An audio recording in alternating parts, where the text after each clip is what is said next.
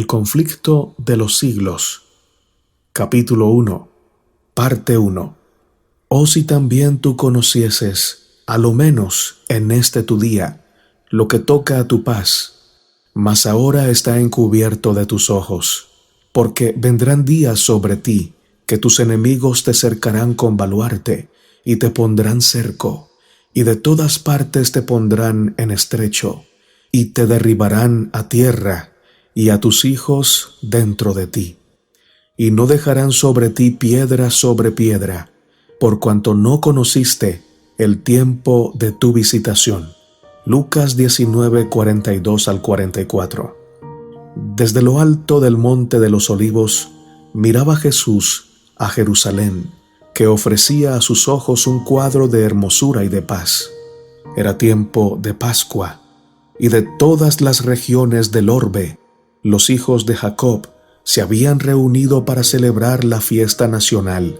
De entre viñedos y jardines, como de entre las verdes laderas, se veían esparcidas las tiendas de los peregrinos. Elevábanse las colinas con sus terrazas, los airosos palacios y los soberbios baluartes de la capital israelita. La hija de Sión parecía decir en su orgullo: estoy sentada reina y nunca veré duelo, porque siendo amada como lo era, creía estar segura de merecer aún los favores del cielo, como en los tiempos antiguos, cuando el poeta rey cantaba: hermosa provincia, el gozo de toda la tierra es el monte de Sión, la ciudad del gran rey. Salmos 48:2. Resaltaban a la vista las construcciones espléndidas del templo, cuyos muros de mármol blanco, como la nieve, estaban entonces iluminados por los últimos rayos del sol poniente, que al hundirse en el ocaso, hacía resplandecer el oro de puertas, torres y pináculos. Y así destacábase la gran ciudad, perfección de hermosura, orgullo de la nación judaica. ¿Qué hijo de Israel podría permanecer ante semejante espectáculo sin sentirse conmovido de gozo y admiración?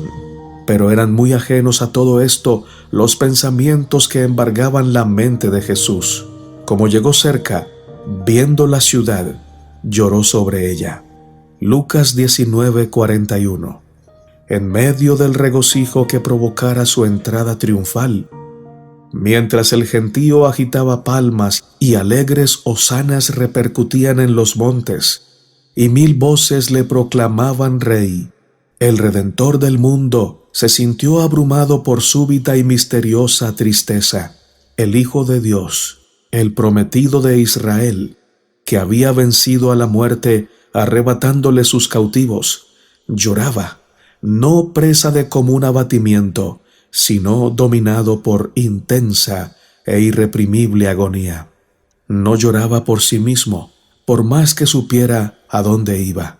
Getsemaní, lugar de su próxima y terrible agonía, extendíase ante su vista. La puerta de las ovejas divisábase también. Por ella habían entrado durante siglos y siglos las víctimas para el sacrificio, y pronto iba a abrirse para él, cuando como cordero fuera llevado al matadero. Isaías 53:7. Poco más allá se destacaba el Calvario, lugar de la crucifixión. Sobre la senda que pronto le tocaría recorrer, iban a caer densas y horrorosas tinieblas, mientras él entregaba su alma en expiación por el pecado.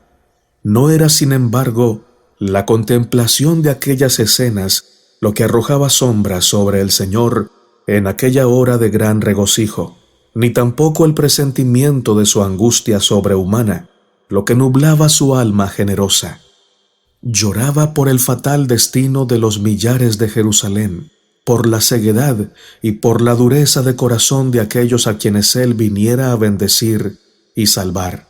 La historia de más de 1000 años, durante los cuales Dios extendiera su favor especial y sus tiernos cuidados en beneficio de su pueblo escogido, desarrollábase ante los ojos de Jesús. Allí estaba el monte Moria, donde el Hijo de la promesa, cual mansa víctima, se entregaba sin resistencia. fue atado sobre el altar como emblema del sacrificio del Hijo de Dios. Allí fue donde se le confirmó al Padre de los creyentes el pacto de bendición y la gloriosa promesa de un Mesías. Génesis 22, 9. Génesis 22, 16 al 18. Allí era donde las llamas del sacrificio, al ascender al cielo desde la era de Ornán, habían desviado la espada del ángel exterminador. Primero de Crónicas 21. Símbolo adecuado del sacrificio de Cristo y de su mediación por los culpables. Jerusalén había sido honrada por Dios sobre toda la tierra. El Señor había elegido a Sión por habitación para sí. Salmo 132, verso 13. Allí habían proclamado los santos profetas durante siglos y siglos sus mensajes de amonestación. Allí habían mecido los sacerdotes sus incensarios y había subido hacia Dios el humo del incienso mezclado con las plegarias de los adoradores. Allí había sido ofrecida día tras día la sangre de los corderos sacrificados, que anunciaban al Cordero de Dios que había de venir al mundo. Allí había manifestado Jehová su presencia en la nube de gloria sobre el propiciatorio. Allí se había asentado la base de la escalera mística que unía el cielo con la tierra. Génesis 28:12, Juan 1:51. Que Jacob viera en sus sueños y por la cual los ángeles subían y bajaban, mostrando así al mundo el camino que conduce al lugar santísimo. De haberse mantenido Israel como nación fiel al cielo, Jerusalén habría sido para siempre la elegida de Dios. Pero la historia de aquel pueblo tan favorecido era un relato de sus apostasías y sus rebeliones. Había resistido la gracia del cielo, abusado de sus prerrogativas y menospreciado sus oportunidades. A pesar de que los hijos de Israel hacían escarnio de los mensajeros de Dios y menospreciaban sus palabras, burlándose de sus profetas, el Señor había seguido manifestándoseles como Jehová, fuerte, misericordioso y piadoso, tardo para la ira y grande en benignidad y verdad. Éxodo 34:6. Y por más que le rechazaran una y otra vez de continuo, había seguido instándoles con bondad inalterable. Más grande que la amorosa compasión del Padre por su Hijo, era el solícito cuidado con que Dios velaba por su pueblo, enviándole amonestaciones por mano de sus mensajeros, madrugando para enviárselas, porque tuvo compasión de su pueblo y de su morada. Y al fin, habiendo fracasado las amonestaciones, las reprensiones y las súplicas, les envió el mejor don del cielo. Más aún, derramó todo el cielo en ese solo don. El Hijo de Dios fue enviado para exhortar a la ciudad rebelde. Era Cristo quien había sacado a Israel como una vid de Egipto. Salmo 88. Con su propio brazo había arrojado a los gentiles de delante de ella, la había plantado en un recuesto lugar fértil, la había cercado cuidadosamente y había enviado a sus siervos para que la cultivasen. ¿Qué más se había de hacer a mi viña?, exclamó, que yo no haya hecho en ella. A pesar de estos cuidados y por más que, habiendo esperado que llevase uvas valiosas, las había dado silvestres. Isaías 5, 1-4.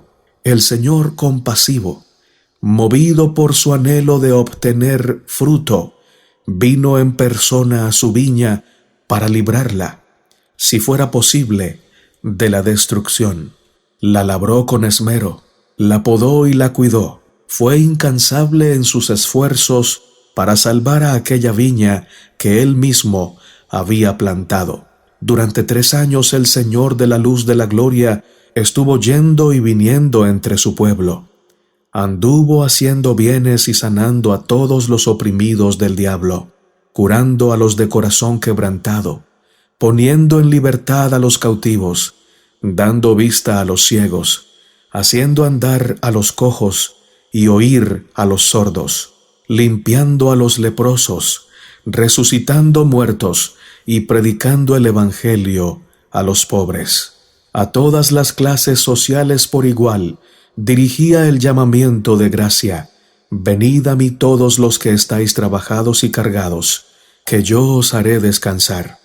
A pesar de recibir por recompensa el mal por el bien y el odio a cambio de su amor, prosiguió con firmeza su misión de paz y misericordia. Jamás fue rechazado ninguno de los que se acercaron a él en busca de su gracia. Errante y sin hogar, sufriendo cada día oprobio y penurias, solo vivió para ayudar a los pobres, aliviar a los agobiados y persuadirlos a todos a que aceptasen el don de la vida. Los efluvios de la misericordia divina eran rechazados por aquellos corazones endurecidos y reacios, pero volvían sobre ellos con más vigor, impulsados por la angustia y la compasión, y por la fuerza del amor que sobrepuja a todo entendimiento. Israel, empero, se alejó de él, apartándose así de su mejor amigo y de su único auxiliador. Su amor fue despreciado, rechazados sus dulces consejos y ridiculizadas sus cariñosas amonestaciones. La hora de esperanza y de perdón transcurrió rápidamente. La copa de la ira de Dios, por tanto tiempo contenida, estaba casi llena. La nube que había ido formándose a través de los tiempos de apostasía y rebelión, veíase ya negra, cargada de maldiciones, próxima a estallar sobre un pueblo culpable, y el único que podía librarle de su suerte fatal, inminente, había sido menospreciado, escarnecido y rechazado, y en breve lo iban a crucificar.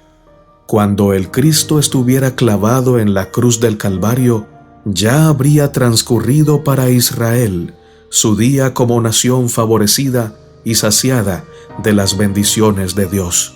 La pérdida de una sola alma se considera como una calamidad infinitamente más grande que la de todas las ganancias y todos los tesoros del mundo. Pero mientras Jesús fijaba su mirada en Jerusalén, veía la ruina de toda una ciudad, de todo un pueblo, de aquella ciudad y de aquel pueblo que habían sido elegidos, su especial tesoro. Con la ayuda de Dios, continuaremos este capítulo el próximo viernes.